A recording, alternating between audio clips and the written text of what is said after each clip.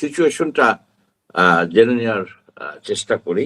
প্রথম আলোর রিপোর্ট অনুসারে এই পর্যন্ত কমপক্ষে 5,000 রোগী মানে শিশু ভর্তি হয়েছে হাম সন্দেহে, এবং তারা দাবি করছেন যে এ পর্যন্ত মৃত্যু হয়েছে 61 জনের, এবং সন্দেহজনক অর্থাৎ হাম সাসপেক্ট করা মিজল সাসপেক্ট হিসেবে মৃত্যু হয়েছে 118 জনের, এবং এই সংখ্যাটা কিন্তু প্রতিনিয়ত বাড়ছে।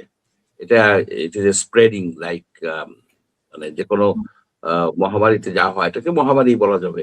কারণ আপনি ধরুন যে আগের বছরগুলিতে 2023, 22, এমনকি 24, 25ও এই সময়গুলিতে হামে প্রতি 10 লক্ষ 1 মিলিয়নে রোগীর সংখ্যা ছিল 1.73, 1.43, অর্থাৎ 250-300 রোগী পাওয়া যেত।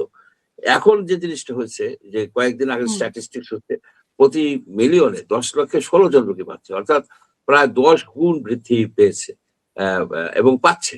এর জন্য ধারণা করা হয়, আমি নিজে মেডিকেল ডক্টর না, কিন্তু আমি এইখানে যারা জড়িত আছেন স্পেশালি আপনার এই ইমিউনাইজেশন মানে টিকা দান কর্মসূচির সাথে যারা জড়িত ছিলেন তাদের দু একজনের সাথে আলাপ করে যে তথ্যটা পেয়েছি সেটা আসলে ভয়াবহ রকমের নিষ্ক্রিয়তা, কি বলবো যে নির্দয়তা।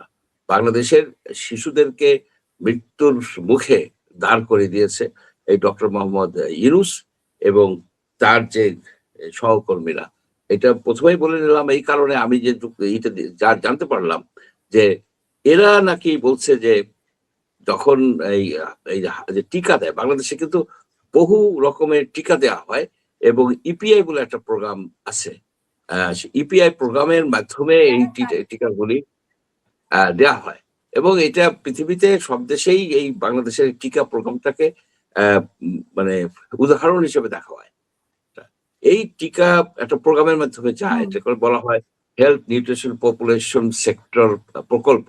এটা প্রতি বছরই এক একটা ফেজে আসে। 2025 সনে যে ফেজটা ছিল ফিফথ ফেজ, সেই ফিফথ ফেজটা এই যে তৎকালীন যে উপদেষ্টা এই যে ওনার নাম কি নূরজাহান বেগম, ইউনূস সাহেবের লোক, উনি ওটাকে ক্যান্সেল করে দিচ্ছেন। উনি ক্যান্সেল করে বলছে যে আমরা টিকা দেশের থেকে আমরা কিনবো। এই টিকাটা আসে বাংলাদেশে, যে টিকাগুলি আসে এটা আন্তর্জাতিক বিভিন্ন সংস্থা আছে, ডোনার এজেন্সি আছে, তাদের মাধ্যমেই কিন্তু এই টিকাগুলি আসে। গ্যাভি বলে একটা অর্গানাইজেশন আছে, global alliance for vaccine and immunisation. এই অর্গানাইজেশনটা actually Bill Gates, Melinda Gates এর ফাউন্ডেশন, এই ধরনের ফাউন্ডেশনের মাধ্যমে টাকা তারা জোগাড় করে এই টাকাগুলি টিকা আমাদের মতো দেশের টিকার এরা সাবসিডি হিসেবে দেয়। তো গ্যাভির মাধ্যমে 70% টাকা আসতো, আর 30% টাকা বাংলাদেশ বহন করতো। এই এই এই গ্যাভির এই টাকাটা নিয়ে বন্ধ করে দিচ্ছে, বলছে যে আমরা টিকা কিনবো, এবং সেই জন্য 800 কোটি টাকা তারা আবার রেভিনিউ বাজেট থেকে স্যাংশন করছে। এদিকে যে গ্যাপ হয়ে যাচ্ছে টিকা দেওয়ার, সেইটা কিন্তু তাদের কোনো মাথায় ছিল না।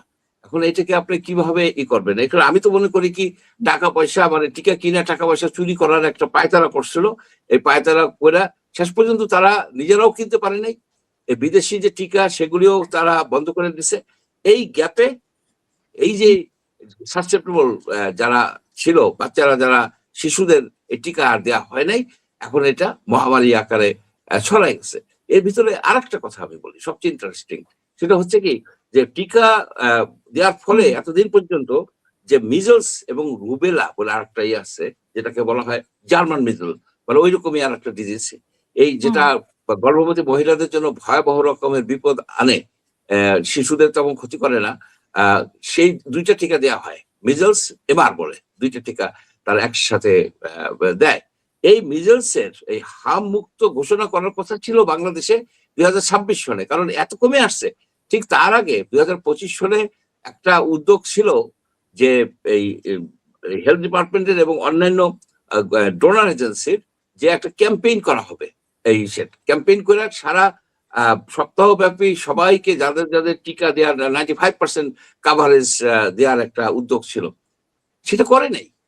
আর সবচেয়ে দুর্ভাগ্যজনক যে 2 কোটি টিকা হামের টিকা স্টোরে স্টোরে ছিল, এই যে সিএমএসডি এর স্টোরে ছিল, কিন্তু ইউনূস গভর্নমেন্ট এই টিকা ব্যবহার করে নাই, ক্যাম্পেইন হইতে দেয় নাই, শিশুদেরকে সে মৃত্যুর মুখে এনে ফেলছে।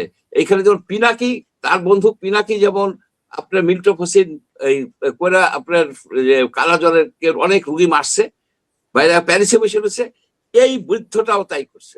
ওনাকে জিজ্ঞেস করা উচিত, এবং সেই মহিলা কোথায়, যাকে জিজ্ঞেস করা উচিত আপনি কেন টিকা বন্ধ করছেন, আপনি কে বলছেন কি। আবার আরেকটা কথা, যে টিকা আমরা দেশের ভিতরে তৈরি করবো, টিকাতে আমরা সেলফ সাফিসিয়েন্সি, কোথা থেকে উদ্ভট কথা, টিকাতে তোমার সেলফ সাফিসিয়েন্সি আনো, তারপরে তুমি ই করো, এই টিকা বন্ধ করো। সেটা না করে এই কাজ করার ফলে আজকে যে ই হচ্ছে, যে প্রতিদিনই এই খবরগুলি আসতেছে এবং মানুষ প্যানিক হচ্ছে। At the same time energy crisis, তার মধ্যে আবার ইউনূস এই ক্রাইসিস সৃষ্টি করে গেছে। আসলে কি জি বলেন, কি ঘটনা ঘটিয়েছে, মানে আসলে তারা টিকা, হ্যাঁ আমি বলতে চাচ্ছিলাম যে আসলে কি, মানে ডক্টর ইউনূস সরকারের সময় কি ঘটনা ঘটিয়েছে, মানে ওরা টিকা দেয়নি, মানে টিকা কেন দেয়নি, টাকার সমস্যা ছিল নাকি এখানে দেশীয় না না, টাকার সমস্যা না। ওই যে ইউনূস বলছে যে আমরা দেশে টিকা উৎপাদন করবো, স্বয়ং সম্পূর্ণ হব, আমরা বিদেশের উপর নির্ভর করব না, আমরা টিকা নিজেরা কিনবো, আমরা নিজেরা যে টিকা আপনার পাচ্ছেন সাবসিডাইজড রেটে, সেই টিকা তারা নিজেরা কিনবে, অর্থাৎ টাকা পয়সা চুরি চাপানি করবে, এবং 800 কোটি টাকা স্যাংশনও করছিল এই টিকা, কিন্তু শেষ পর্যন্ত এই করতে পারে নাই। মোট কথা হচ্ছে কি, তাদের এই যে নির্বুদ্ধিতা হোক, তাদের লোভ হোক, তাদের দায়িত্বহীনতা হোক, এই যে যাকে হেলথের দায়িত্ব দেওয়া হচ্ছিল, সেই ভদ্র মহিলার কি কোনো রকম এক্সপেরিয়েন্স ছিল একটা মিনিস্ট্রি চালানোর? একথা তো সবাই বলছে তা একে লোকজনে, কিন্তু উনি তো শুনে নাই কথা। ওনাকে এখন জিজ্ঞেস করা উচিত। আপনার প্রোগ্রামের মাধ্যমে ডক্টর ইউনূসের কাছে কোশ্চেন করতে চাই যে এই যে শিশুদেরকে সে মৃত্যুর মুখোমুখি করে দিচ্ছে, বাংলাদেশের শিশুদেরকে, এর জন্য সে লজ্জিত কিনা?